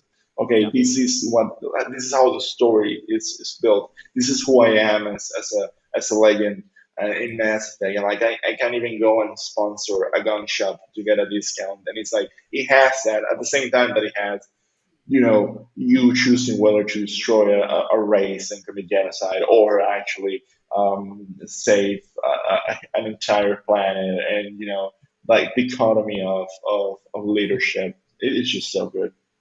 They yeah. don't make them No, like that anymore. And no, I hate to sound like a boomer, but like they don't make it like that anymore. no, not at all. Like honestly, I haven't played an RPG that really captures me the way Mass Effect did back in the day. And yeah, like yeah, not at all. Not even Dragon Age. Yeah, no, I don't know. Mass Effect has something. Maybe it's nostalgia speaking. I don't know what it is, but I it's wish it was that, but I'm playing it and it's like it's not. It's like this is genuinely good. Other than the facial animations, and they have like this really old technology where they just transition from yeah, and the eyes reaction like to the reaction, and it that I think I shared a clip of that the other day on Twitter because like I was like having like even when you first met Rex and you're like in a club and then he pulls out his gun and kills a guy while you're having a conversation. It's just so good because yeah, he's interrupting you, but then your eyes are like yeah, it's and hilarious. It's fucking good. It's yeah. fucking good. It's Sociopath that good. Shepard, like well, the Renegade Shepard is one of the best things to do in a video game. It's so stupid, but so good, and so like I'm just bad because I want to be bad. There's no reason for it, but I'm just want to be a douchebag, and I just love that you're And he allowed to be gets a douchebag. gets And like scars and red yeah, he eyes. gets more and more and more like crazy with the badder you are, or just punching people in the face because you don't like them. It's The really only good. game that actually did something similar to that, I think it was kind of like Fable in the sense of like the light and dark system, Yeah, and it was through gameplay. Like you mm, will either do things one way or another through gameplay, and I think you get that kind of like was in that direction. But in Mass Effect, mm, just like through just like because it's definitely not just selecting dialogue. It's mm. effectively changing the story, which is Yeah. great. Yeah, man. There's nothing like killing your whole squad during the suicide mission and then starting Mass Effect 3. Like, Oh my god. fuck. Yeah, I But have done that. That's amazing. It's great. You can do it. So can you kill them all? Really, Yeah, all of them? I think Oh my god. Said, I think the DLC characters are alive. I don't remember if you can, because my yeah, last because playthrough otherwise that you I can't do, do the Shadow Broker. Yeah. Mm. So my last playthrough, I do the Nice Shepherd, which I hated, but I did it because I wanted to do it completely. So I have every. I think, yeah, if you kill everybody, yeah, you have a couple of them, but that, yeah, it really puts you in a disadvantage on Mass Effect 3, It's which is really hard amazing. to keep So everyone alive. I have to yeah, say, really yeah, hard yeah, to yeah, keep everyone alive. You really have to grind it out. yeah. Which is good because it's not a bad grind. So I didn't really have an issue grinding Mass Effect 2, and I still did it, and that's But pretty again, fun. that's emergent gameplay in the sense that you could be like, I want to get this mission out of the way. I know it's reckless. I don't give a shit. And then your crew dies. That's a Yeah, player decision. That's not Exactly. a like everyone's like, bro, really, we're doing this, and then you also see there the characters reacting as they would. It's not like yeah. every character is saying, whoops, I think this is gonna be bad. No, it's like Rex is like, let's go. I don't give a shit about living or dying. And then you see, I don't know if it's like whoever is with you, like if it's a human, it's like, well, seems risky. I don't know. Let's not do this now. Or Miranda Even being if you like, don't buy the upgrades for the Normandy, that nobody tells you that you need to buy the upgrades for the Normandy, and then you get there and your ship gets fucked and a bunch of people die, and it's like, oh god, there was upgrades that I could buy here. Okay, I didn't know it. It's amazing. It's and really You if know, you amazing. buy them, you have Joker telling you like, man, good thing that we put all Yeah, those upgrades, and you'll be all like, this whoa. shit. Yeah, yeah, it's great. this Honestly, is like the only time that being a completionist has helped me as a gamer, because I didn't go to the suicide mission until I did all the missions and all the upgrades and all that. yeah, And I, on my first playthrough and my only playthrough, really, I got them all alive, and I was like, oh my god, this is like, it was really exciting, because I had no idea that they could. I mean, yeah, I knew from the first one that there was consequence and all that, but this was like more dramatic and more stepped up. So yeah, definitely. yeah. It's crazy. That was a real game changer. And I think again, like what I said at the beginning of the third one, I think the problem with the third one is like they focused, like marketing wise, they focused a lot on the ending, but who gives a shit about the ending? Like the game is like a Yeah. hundred. If you sum everything up, it's like 180 hours of Hmm. content. Yeah, like in the end, you make like two or three stupid decisions and then you wrap it up. But this is like from a time where endings were like a big thing, and nowadays we know that yeah, it's final. Like you could, it's nice to have a cool ending, and I think it was a cool ending. It's just that it was so A, B, and C that it felt like, oh, Yeah. what happened with everything that I've done in the past? And Yeah, it's like it doesn't matter. Just finish the fucking game. You're ready. All those things happen. yeah. Yeah, and also, Yeah. do you have any idea how hard it is having created this universe, having created so much difference of paths, where whether you did this or you did that, or somebody died or somebody lived? Do you have any idea how hard it is? It's like, can we? I mean, I know an ending is a big part of a story, but can we just give him a pass? Like all the like to these Yeah. guys, like I don't. Let's just But relax. again, that Yeah. was kind of like the media going at it, I think. Yeah, I mean, because like it was always the thing. Remember that when a piece of media ends, then so does the coverage, and then it's like, what do we write about? Like when The Sopranos end, then all the podcasts are like, what do we talk about? Like there's no more Sopranos. Like when Lost ended, it's like, what is the mystery now? We build Hmm. and I think it was kind of like the same thing with Mass Effect, that we're like, it's over. We have to complain about the ending, and it's sad because like every single RPG game does the exact same thing, which is you get some choices at the end, and then they make this montage of the different timelines according to your actions. Because that's basically Hmm. what happens on The Witcher 3. You have Yeah. an ending, which is what happens with Ciri, and then you have the kind of like the blocking of all the other Hmm. stories that you had, Yep. and it's the same thing that Mass Effect does, and it's Hmm. because that's how the game ends. It's like, well, wrap it up. The Yeah. game is over. Well, I mean, we need to see now. Apparently, or at least I think the red ending, let's call the red light, whatever, oh red yeah, laser ending, is gonna be canon according to the. At least that's what I think, according to the new teaser from the Mass Effect 4 or whatever it's gonna call. So that was weird. That's one of the things that I was like, Like what it's is gonna be gonna canon now? so Like he destroys everything. yeah, the red ending, you destroy all the Reapers, and I don't know if Mhm. every synthetic thing, and even like the Yeah, mass relays, you destroy pretty much everything Reapers have yeah, created, exactly. You send the galaxy like a gazillion years away. yeah. And the last scene is Shepard, like you see like only the torso, like covered with all the bullshit, and the end games with him doing like a gasp, and that more or less means that he's alive. So now we see the armor in the teaser of the one. So I'm guessing they're gonna go with that as the canon ending. But yeah, I mean, I'm not excited about it because it's Bioware, so I don't know. But Yeah, Yeah, it's hard to get excited about it. yeah, they lost but all those writers left. yeah. So So yeah, I mean, and I don't know. Let's see 2025 when the game comes out. Mass Effect 4 hopefully will not be an Andromeda 2. They do something I nice. just hope it's good, but it's I don't really think that they're gonna be able to like recover Nah, all that magic nah, because the nah. industry has changed. But I think there's a niche for that, and that's ultimately what a lot of people want out of RPGs. Yeah, they should give the that IP to like Larian Games, like the people doing Baldur's Gate 3 That would and be great. Divinity Original Sin. Like that will be an amazing RPG to experience. Like Mass Effect done by these people who actually care. That will be great.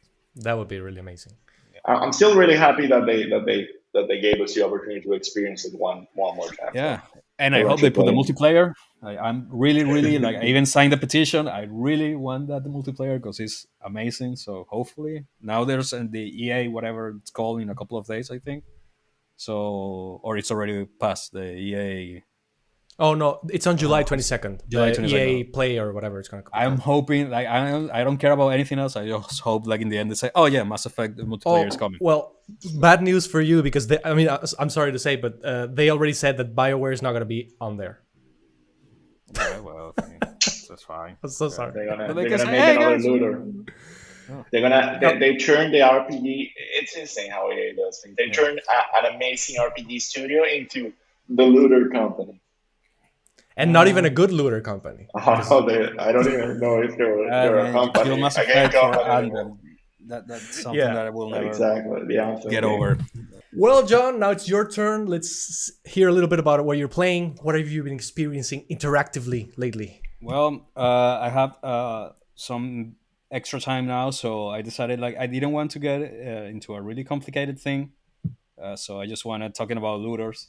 I decided to give a try to Borderlands 3 again. Mhm. Just because I wanted just fun. I don't really want to dedicate time into a story and anything. So I downloaded, installed it, and I'm happy to say that I'm actually really enjoying it. I didn't really like the game when it came out. That I mean, I think we bought it. Yeah, I bought you it and I bought first. it. Yeah, we bought Yeah. it at the same time, like first day.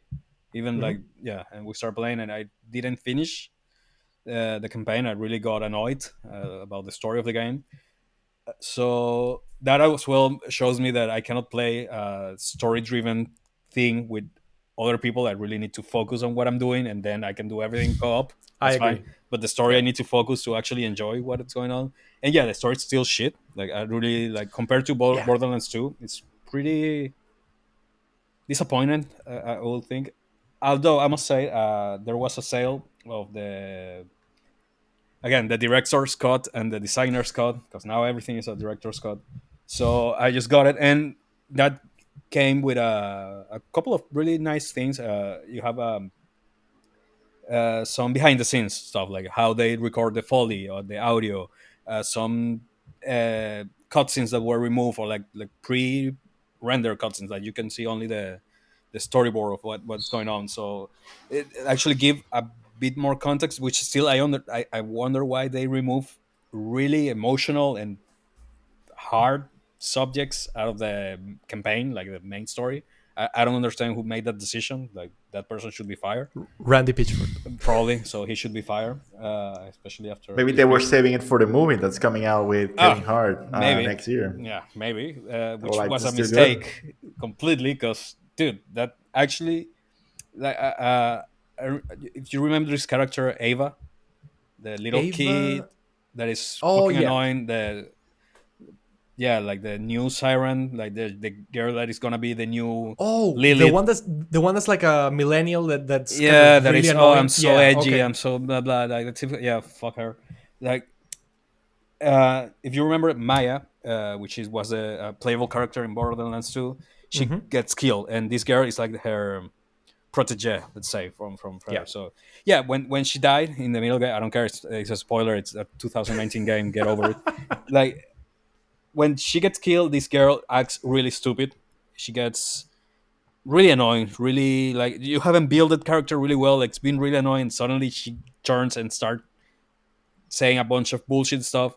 But the funny part, that in the director's cut there's a cutscene that actually was removed from there, that is her actual reaction to the death of her mentor, and it's really emotional. It's really damn. Even like, I was like, for a game like Borderlands, which is pretty silly most of the time, it was really deep. Like, there's even a funeral scene and a whole thing that you go to the planet of this girl, and there's a whole burial thing, and all the vault hunters from past game comes out and they like give them respect. Like, I don't understand why they removed that. Like, actually, and that makes this girl such a well-rounded character after that, that even the ending of the game makes sense. Like, I don't get it why they removed this from the game, or even if they removed that of the game, or out of the backlash, they pretended that this was removed of the game, and then they just put it out like, let's make this little cutscene like it's a storyboard. So I don't know. It's what I wanted to say. If you really see these videos, the game gets way better if you care about the story. But yeah, But do these videos get included organically in the game, or do you have to watch them no, they're in the individually? menu. Like, you go into the menu, you get like a director's cut tab. You click there, and you have all the recordings, all the music thing, all the director of the game talking, blah blah blah blah. And you have all these extra scenes and That's pretty cool content wise. Out yeah, of the fact that it comes from Borderlands, like yeah, most games should have more of that, so people understand the miracle that is to ship a game. developing a game. Like, Yeah, and it also would encourage people to like go into the industry. yeah. Anybody who hasn't watched Racing Kratos, it's Hmm. a documentary about the making of God of War 2018. Really, really good. And even the Free. one Incredible. from Yeah. IO for Hitman, it's really Oh, good as okay. well. Yeah. But yeah, that's just really good content that they gave there. But I still wondering why you remove such a massive thing that could have made your game so much better. Like, for It's even a for the weird. I fans, would say. you know? I would say Borderlands is a weird franchise. Yeah, First, because it's again a successful game shipped by Randy Pitchford, so that's a miracle in itself. Exactly. Um, but again, like the first games these are looters, yeah, and looters are usually not popular because of their story yeah, and eloquent writing.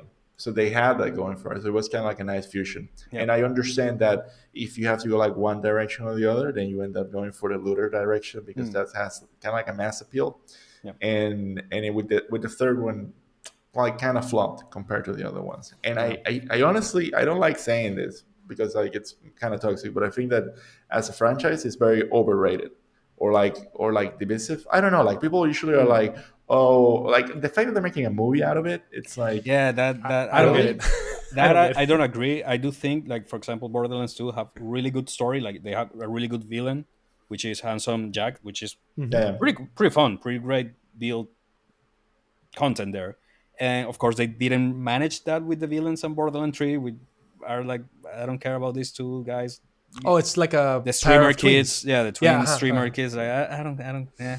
Like, they really that, made like, and actually, I think the main writer actually left in the middle of like writing or the development phase of Borderlands 3. So okay, makes sense.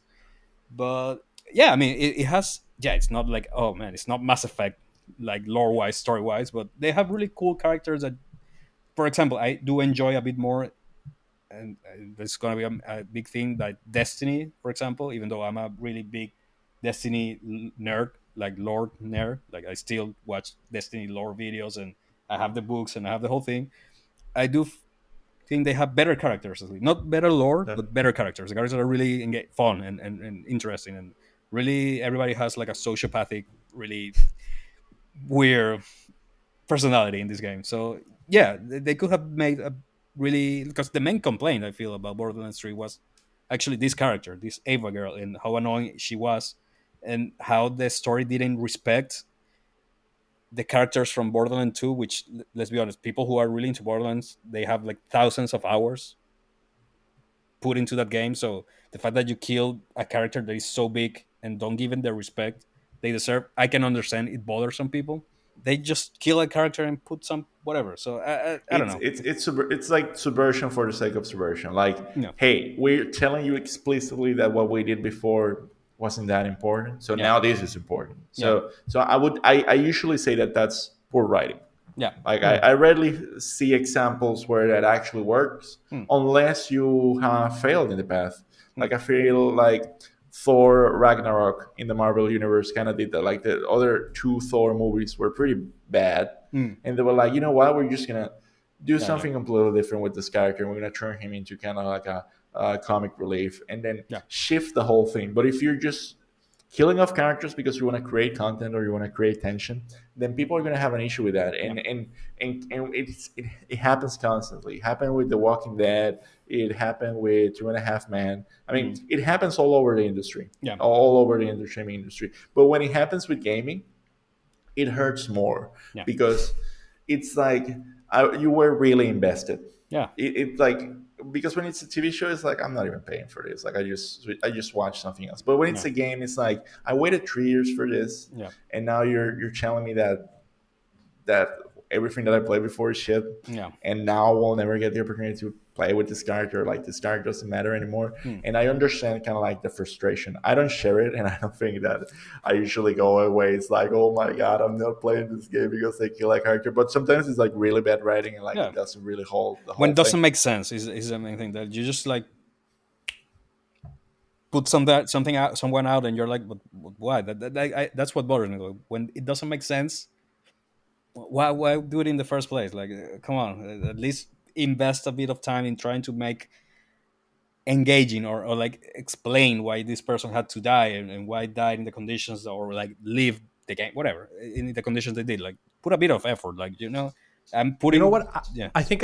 Sorry to interrupt you. No, no.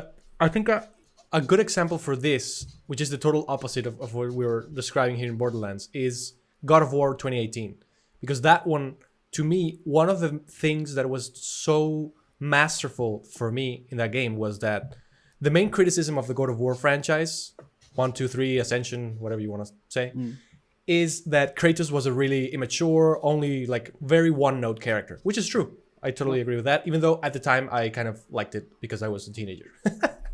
But Yeah, whatever the case. Nobody played God of War for the story. You play God of War for the gore. Not really. That No, was I the mean, reason. I played it because I'm a big Greek mythology fan, and yeah, the blood and the And gore, yeah, whatever. like big, super violent and silly. That's Exactly. But there's a part in God of War 2018 where you're in, I think it is Helheim, which is like the hell for the Norse mythology. Oh yeah. And there is a vision of Kratos, young Kratos, killing Zeus.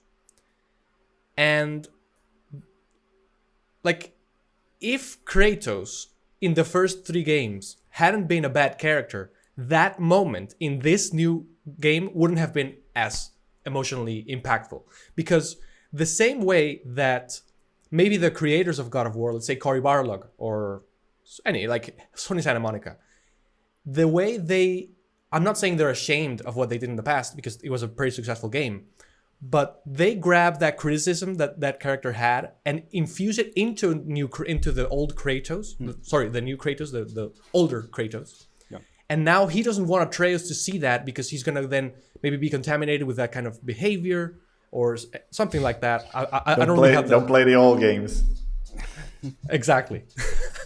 Please, Atreus, don't play the goal. Hey, now I have a kid, so I don't really want the kids killing their fathers. Like, that's not cool. Don't kill me, please. No, but I mean that it's so impactful how they grab the immaturity of the same character's previous iteration. Yeah.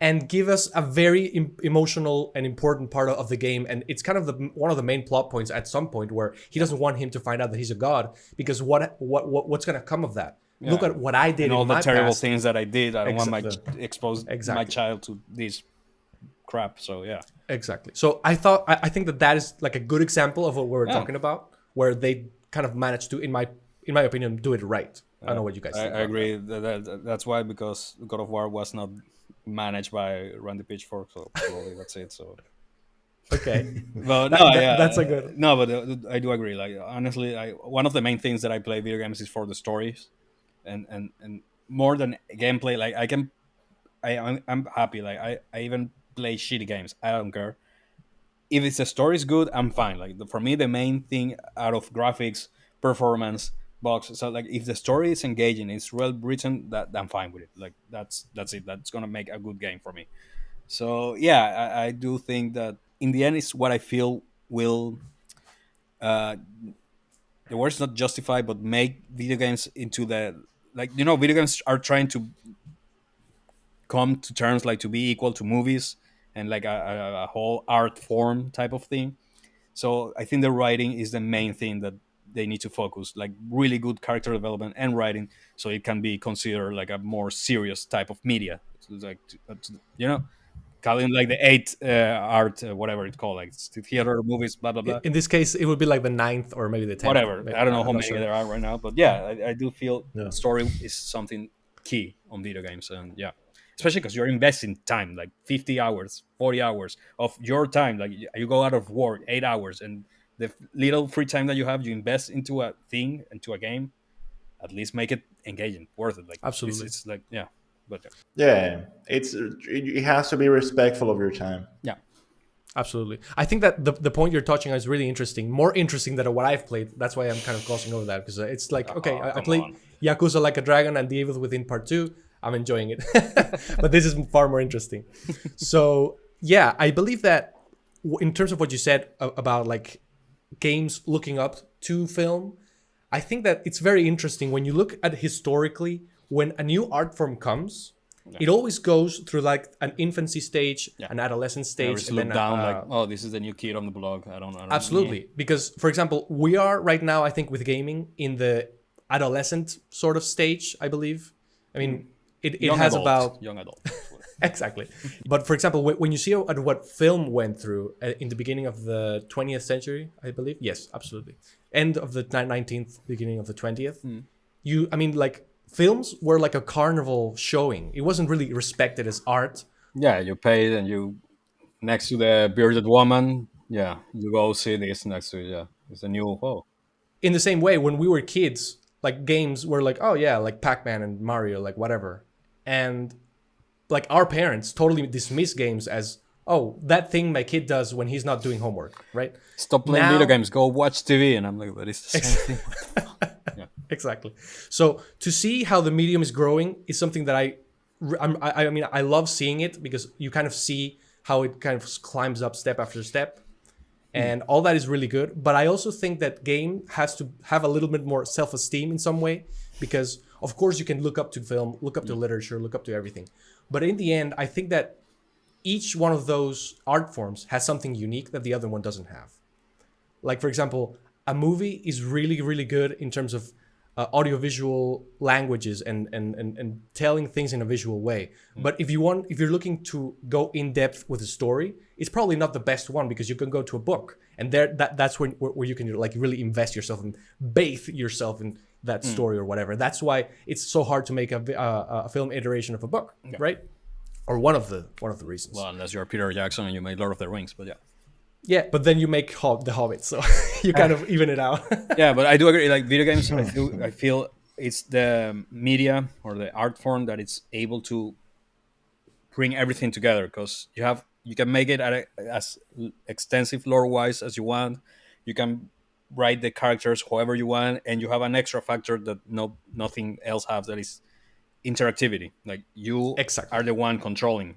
Well, most of the time you're the one controlling the story, and you it's your avatar that you're putting there, and it's you're experiencing these things. So I do feel that in the future, video games are gonna be like the top type of art, not art form, but like media form over movies and everything, just because of that. And I mean, we're even seeing now a lot of actors are like starting making voices for video games, and probably in a couple of years we'll see them doing motion cap, and you will see, like, I don't know, the new Call of Duty with Nicolas Cage playing there, and you're like, what? But okay, why not? Go for it.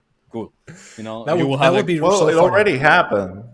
Yeah, yeah, Kevin Spacey. Kevin Spacey. When Kevin Spacey did, like, sadly, like he doesn't have a job anymore, but when he did Call of Duty, he was the biggest actor in the world, arguably. He had the biggest show, he had the biggest movies, and at the same time, that game also had like an Eminem song that at that point was kind of like exclusive for the game. So it was like, wow. Yeah. So yeah, it's been done, and I think that's gonna be the future. Like even now, talking about Borderlands, the new IP, the game they're gonna put out, the Tiny Tina's magical black explosion, whatever it's called. you have a Borderlands, something, right? whatever. It's gonna have Andy Samberg, I think it is. Andy Oh yeah, Samberg? yeah. See, Yeah, he's gonna have a bunch of like big names doing voices, maybe not being there, but you're starting to see this migration of it's called AAA actors, like the top of going into the video game industry. So yeah, that's gonna probably make Troy Baker pretty angry, but yeah, I mean, go for it. Like, I would like to play as George Clooney in a game. That would be awesome. Like, why not? Imagine if George Clooney played Joel. That would have been cool. well, we already know that's Pedro Pascal, but yeah. Yeah, that's true. I still have my reserves about that. I don't like video games turning into films or series. I still conflicted about that. I don't think it's gonna be the same. They don't need to. They Yeah, don't need to. I agree. It's like okay, but you're gonna probably destroy the whole thing. Like, yeah, I don't know. I mean, especially because it's the same story. I would be fine with them exploring maybe another character or what happened to Joel in the years between Sarah's death and meeting Ellie, like something like that. or But just based this- in the same universe. Like, give me a story Yeah. about the Fireflies. Like, for Exactly. example, like how they turn out to be this terrorist type of group against the government. Like, how all of this that will be more interesting. Like, I already know that this guy is gonna die. Like, okay, Yeah. whatever. Like, I went through a really big emotional journey with this guy and his daughter. I don't need to see that. No actor is gonna give me that emotional thing that the game gave me. Like, I don't think so. I don't think so. So yeah, but that's I Borderlands think that 3, also guys. like no one gives a shit about zombies anymore. Yeah, that a bit overused. that is also true because mean, in the end, like we kind of justify it like, oh no, it's not zombies, it's clickers because it's a fungus, but it's in the end it's zombies. It's a It's like the freaker thing, Yeah, right? it's a freaker, it's a zombie, it's a, I don't know how they call it in Dying Light, or like it's runners, Oh, yeah. whatever. Like it's zombies. Well, guys, I think we do have some other things in our list, but I don't think they're as important as what we've talked here. Wow. I think this is more interesting. I mean, yes, Sony acquired Nix's software, and they're How do you horrible think at the handling people at Nix's feel indies. about you saying that thing that No, they're not I mean- important? Come on. I do feel that it's interesting because of only one reason, and we can maybe summarize it a little bit here, and you guys tell me what you think. But this, like Sony is kind of moving towards having their games released on PC more frequently than before. I mean, they already did Days Gone, like we talked before. They did, the first one was Horizon Zero Dawn. And even though it wasn't really well received, it supposedly didn't run very well at the beginning, it was financially successful for them. So them buying this studio that, for anyone who doesn't know, Nix's software is a support studio mainly that has focused on bringing games to PC. They work a lot with Squares. I was going to say Squaresoft. What kind of old guy am I? Square Enix. Bringing like Deus Ex Mankind Divided, the Tomb Raider games, and Marvel's Avengers. They've brought all of this to PC. So Sony getting them is, I mean, a very clear intention to, in my opinion, that they want to bring more of their games to PC. I hope that doesn't mean that they do it date and date, because that would be kind of weird, like for them to come out of the same day, play PS5 and PC. But if they do that, in the end, I don't think it's a dramatic thing either. I mean, it's going to be a little weird to know that I'm going to be playing it on my PS5, and that they're in the back of my mind is like, it's a little better on this other machine. But that's just me being selfish. What do you guys think? Cristian, what do you think? I think that the more people that get to play a game, the better. So I think that it's great that and also the main problem with supporting several platforms at the same time, it's the know-how. It's really hard to optimize and port and provide a seamless experience. Yep. It's almost impossible to provide the same experience for everyone that owns a PC. So it's almost like a thing of its own. So I'm really glad that they're investing in this direction, because that's where the money is. And also, if you can't find a PS5, I guess you have to play it on the PC. So they might as well get ahead of, Yeah. And I hope they port as well some games from PC to PS ecosystem. Like, will be nice. I mean, I don't know any like first party PC games, but Oh, but you mean the other way around? yeah, Like from PC I would to like PS? from PC to PlayStation. That would be nice too. Like, But that I mean, I think that would also be nice. But in this case, like if PlayStation owns them, I think that's gonna work the other way around. yeah, no, Maybe I'm wrong. but I don't know. Maybe they will. I don't know. What do you think? Maybe they can bring something like Half-Life Alex into the new PSVR 2, whatever it's gonna call. I Like, that think would be that's going to amazing. happen, or that has to happen, because otherwise that game was built for who? People with €1,000 and for a 5 VR. people. Exactly. Yeah. Yeah, Like totally. for Juan, the only person with a Wii U and a Vita, so that's it. If you stick them together, you might get like a VR Exactly. headset. Yeah. You where grab can a play little, it. you grab the Nintendo Labo, which I don't have, and then put it in the cardboard and it. That's it. It's a shame because like everyone wanted to play that game and the reviews are great, but there's nowhere to play it. So Yeah. I don't know, like but that's a good example of like it would be good to Yeah, have I would love to see like that experience into the PS5. But I more think that's games. yeah. No, sorry. I think that's definitely coming. Go. So Continue. yeah, and I think that they should buy strategic studios to support the other studios, but that also it's complicated. But they have studios like Bullpoint is the name, right? The one that made the Demon Souls remake. I always confuse it with. I always think Blue Balls, but that's complete. But that's a complete. But that's what's the name of the guys that made PUBG? They also have Blue something. PUBG Studios, right? Or no? No, they are now PUBG studios, but they were Blue something. But Oh. Dr. Disrespect always calls them Blue Balls, so in my mind they're Blue Balls. So I always confuse them with Blue Point, which has nothing to do anyway. My point is, the same way that there is, I think that this type of revisionism of like getting old games and putting in like in new platforms like Resident Evil or Demon Souls, it's really good. Like it's a really good business model because these games are aging out of their hardware. It's like a book that you write in poor paper. Like this vision can be transposed to a new generation if done well, if you understand the source material. But I think the same applies where you want to like make your game more portable because it's going to help it preserve it and mod it and whatnot. And that's the other cool thing about like the PC community. Like you could mod games, you could make things that are not just like in the stock version, and there's potential in that. And I think that Sony should support that. They have a bad rep of really locking in their IPs and their games, and if they open up, there's money for them there. Not all business models have to be give your game for free to everyone. Absolutely. Yeah, no, I think it's totally gonna benefit them, and I mean, I think that if they follow kind of the framework they've been doing up until now, which is release the game, like really get all of the juice out of the orange. To bring a very weird metaphor, and then when you know that you're not going to get any more money from PS players, PlayStation players, just bring it to PC and have this new life to the game. So this is totally fine. Like what they did with that Stranding, that they're like, you know, if someone wants to play it, like, and it's a typical game that a PC player would like in order to mod it and make it more fun, because God knows that it needs to be a little bit more fun than what it fucking is. But that kind of like expansion can breathe new life into the game or give you a new reason to play. In the same way that I have played games again because I have a PS5. I guess that I could play games again if I can play them on the PC and it's effectively going to look better and I have more tinkering options and whatnot. Yeah. Absolutely. Well, guys, it's been a great episode. I think this has been really cool having Cristian here. I will give you the chance to plug your podcast and your YouTube channel again.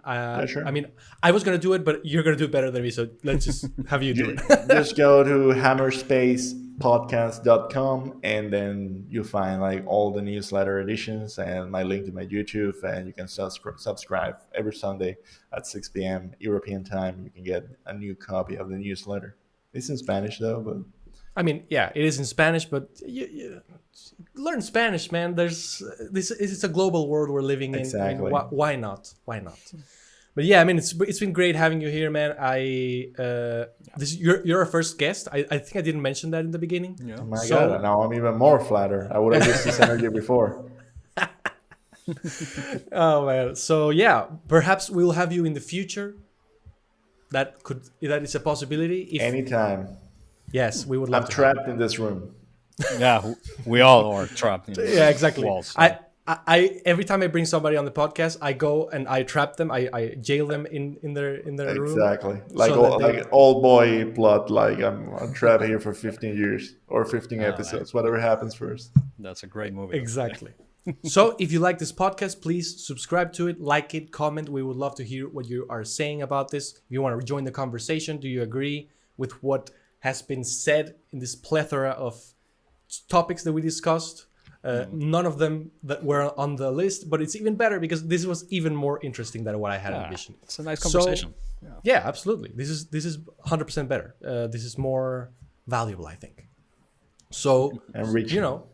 Absolutely. Nurturing. All those words. Oh yeah, that's all these enriching words that we could use to describe this podcast. enlightening. Yeah, whatever. Enlightening. Yeah, absolutely. That one's good. I like that one. We will see you on the next edition of NGPC.